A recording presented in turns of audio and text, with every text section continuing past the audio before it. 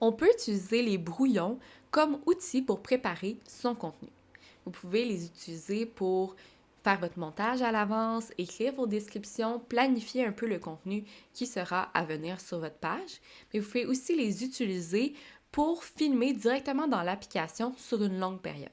Par exemple, si vous voulez filmer votre journée, vous pourriez commencer à filmer dans TikTok et à chaque étape de votre journée, rajouter des clips, donc recommencer où vous étiez rendu dans le tournage et ensuite, ça sera plus facile pour vous d'aller faire le montage directement dans TikTok et d'utiliser les outils. Si vous avez déjà mis des vidéos en brouillon, vous allez les trouver en allant sur votre profil et ça va être la première vidéo que vous allez voir. Donc là, en ce moment, moi, j'ai un brouillon, mais si vous en aviez plusieurs, ils seraient tous au même endroit. Donc, le premier carré lorsqu'on arrive sur notre profil et en cliquant dessus, on va ouvrir les brouillons. Ce qui est important de savoir, c'est que les brouillons sont reliés au téléphone et non au compte. Donc, si je me connecte au compte de réseau sur un autre téléphone, le brouillon qu'on voit en ce moment n'apparaîtra pas.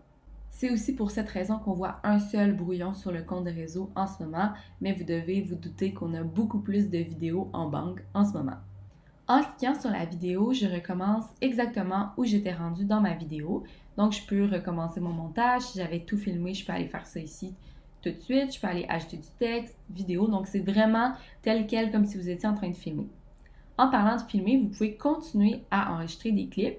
Comment? Ça va être en recliquant sur la flèche. Donc, un coup que je suis dans la vidéo, je peux cliquer sur la flèche et là, je peux recommencer à filmer mes clips si je veux. Donc, je pourrais filmer à partir d'ici. Et ensuite, on reclique sur le crochet et on retourne où on était. Et on va pouvoir également publier à partir de cet espace.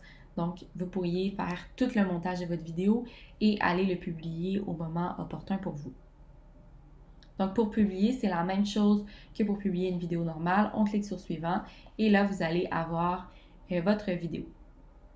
Pour enregistrer un brouillon, on va faire l'inverse. Donc, par exemple, j'étais en train de créer cette vidéo-là, je l'ai créée ce matin et je ne vais pas la publier tout de suite. Mais en cliquant sur suivant et quand je suis rendue dans l'espace publier, bien là, je vais avoir brouillon dans le bas. Donc, je vais pouvoir cliquer sur brouillon et ça va enregistrer la vidéo dans mes brouillons. Je peux également sélectionner les vidéos et comme ça, je pourrais aller supprimer mes brouillons si j'en ai plusieurs. Je pourrais faire le ménage comme ça après un certain temps. Je peux également aller télécharger mes vidéos sans le filigrane TikTok à partir des brouillons. Donc, pour ce faire, je vais descendre ici. Donc, j'ai cliqué sur la petite flèche et j'ai enregistré. Donc, comme ça, je pourrais enregistrer ma vidéo du moment et ça va enregistrer sur mon téléphone. Donc, vous voyez ici, je l'ai enregistré sur mon téléphone et il n'y a pas de mention TikTok dessus.